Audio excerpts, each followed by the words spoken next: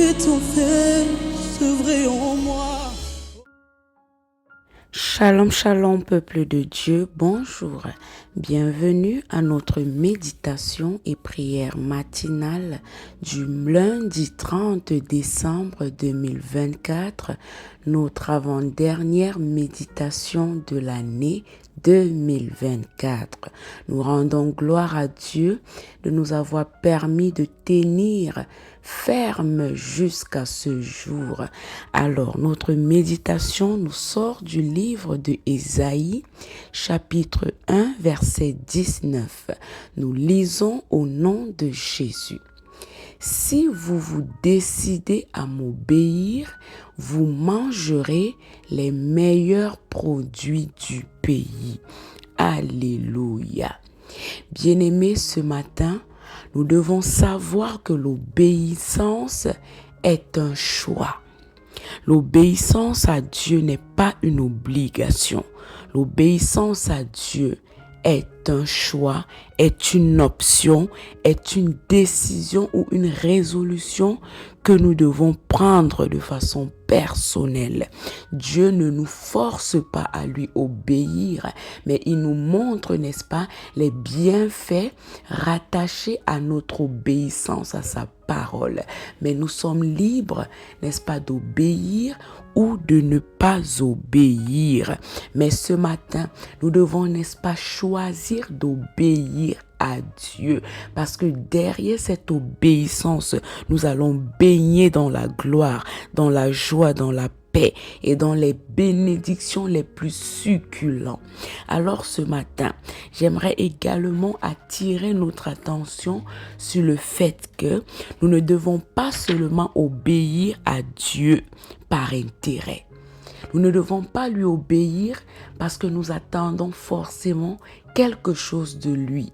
Nous ne devons pas obéir à Dieu parce que nous avons peur d'aller en enfer. Non, nous devons d'abord obéir à Dieu parce que nous l'aimons. Nous devons obéir par amour et non par peur d'aller en enfer, et non par intérêt, et non pas parce que nous voulons bénéficier des grâces, des richesses, de la prospérité et tout. C'est vrai que ce sont des choses qui vont suivre après l'obéissance, mais ça ne doit pas être notre première motivation. Notre première motivation est d'obéir par amour pour Dieu. La Bible dit que si nous aimons Dieu, nous devons garder ses commandements. Si tu dis que tu aimes Dieu, tu dois garder sa parole, tu dois pratiquer, tu dois mettre en pratique sa parole, tu dois lui obéir. Bien-aimé, de la même façon qu'une femme ou un homme a besoin que son mari ou sa femme lui prouve son amour par des actions, par des œuvres, Dieu aussi aimerait qu'on lui prouve qu'on l'aime par notre obéissance à sa parole. Dieu n'attend pas que tu lui dises « Je t'aime Seigneur, je t'aime Seigneur », mais il aimerait voir cet amour au travers, n'est-ce pas, de l'obéissance à sa parole, de la façon dont tu chéris ses commandements et tu t'efforces à les mettre en pratique. Alléluia. Bien-aimé, obéir à Dieu, c'est tout simplement faire ce qu'il demande. Faire ce qu'il demande. Et pour savoir ce qu'il demande, tu dois méditer sa parole. Bien-aimé, la parole de Dieu, c'est notre testament. La parole de Dieu, c'est notre loi. C'est comme un avocat qui n'a pas la loi de son pays entre ses mains. Comment est-ce qu'il va défendre son client? Bien-aimé, c'est la parole de Dieu qui te met en contact avec ses commandements. Nous devons méditer sa parole pour connaître quels sont nos devoirs et quels sont nos droits. Bien-aimé, tout parent aimerait que son enfant le respecte, que son enfant lui obéisse. Un parent se sent honoré d'être respecté par son parent. Un mari se sent honoré d'être respecté par son épouse. Un patron se sent honoré d'être respecté par son employé. C'est ainsi que Dieu se sent honoré et aimé lorsque nous le respectons, lorsque nous mettons en pratique ses instructions. L'obéissance est le meilleur moyen de prouver à Dieu que tu l'aimes. Jean 14, verset 15. Si vous m'aimez, gardez et observez mes commandements. Bien-aimés, ce matin, derrière notre obéissance, nous avons une abondance incroyable. Derrière notre obéissance, nous avons la paix, non seulement avec Dieu, mais avec nous-mêmes et avec les autres. Bien-aimé, l'obéissance est un choix. Et le conseil que je te donne ce matin, n'est-ce pas, est de prendre la résolution en 2025 d'obéir à Dieu. D'obéir à Dieu. Deutéronome chapitre 30 verset 15, la Bible nous dit: voici, je mets aujourd'hui devant toi la vie et le bien, la mort et le mal. Le verset 19 nous dit: j'ai mis devant toi la vie et la mort, la malédiction et la bénédiction. Choisis la vie afin que tu vives, toi et ta postérité. Et c'est ceux qui observent la loi, c'est ceux qui pratiquent la justice, la parole de Dieu en tout temps, qui sont heureux, comme le psaume 106, verset 3 nous le dit. Bien-aimé, si tu veux prospérer, si tu veux manger, si tu veux jouir du fruit de tes œuvres, tu dois être juste, tu dois obéir à Dieu. C'est ceux qui obéissent, qui écoutent la parole de Dieu, qui sont heureux. Ce ne sont pas ceux-là qui passent le temps à la lire, sans obéir à un iota. Bien-aimé, si tu veux être ami de Dieu, tu dois faire ce que Dieu te demande. Si tu veux être son ami, tu dois marcher selon ses voies.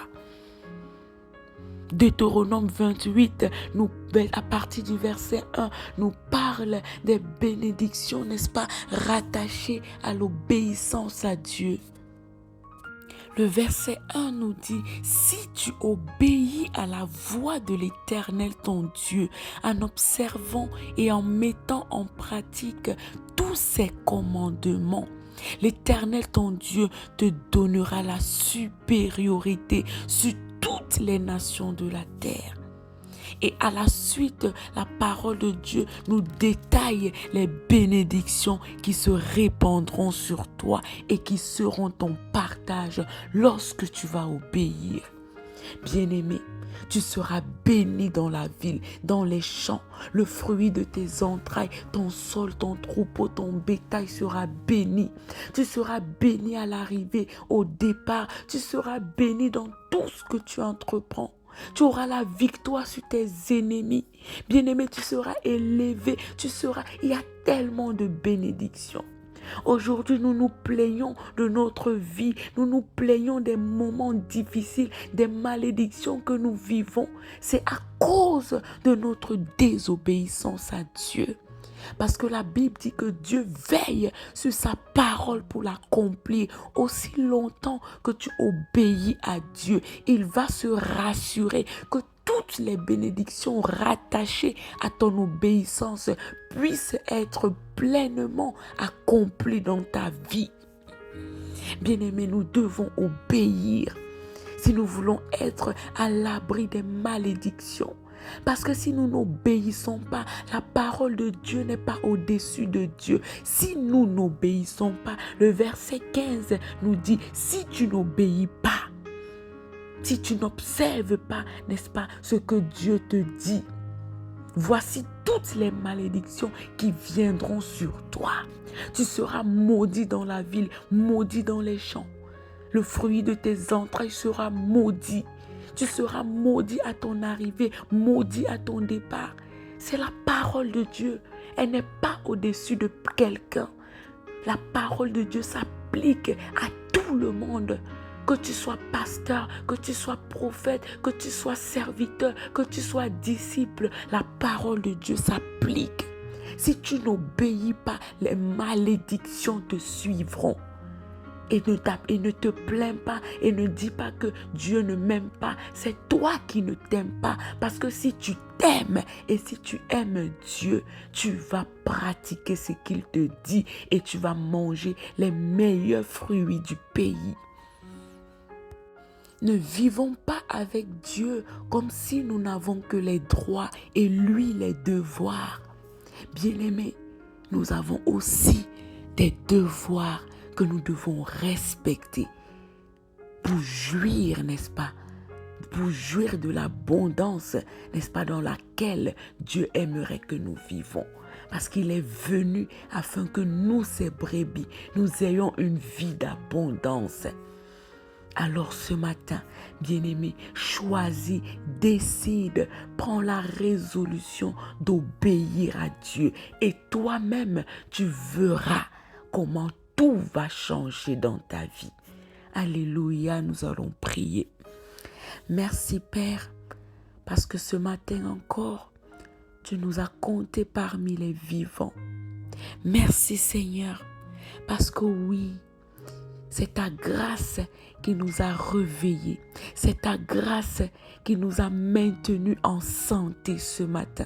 Ce n'est pas parce que nous vivons bien. Ce n'est pas parce que nous mangeons sain. Ce n'est pas parce que nous avons des médecins de famille. Ce n'est pas parce que nous avons de l'argent. Ce n'est pas parce que, Papa, nous prenons soin de notre santé. Mais c'est parce que ta grâce nous a localisés.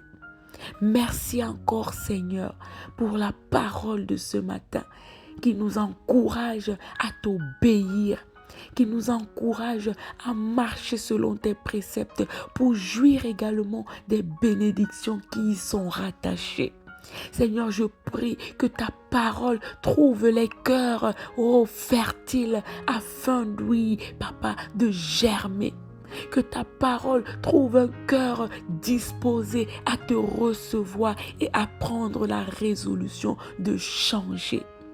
Dieu de gloire, nous voici à la 364e journée de l'année.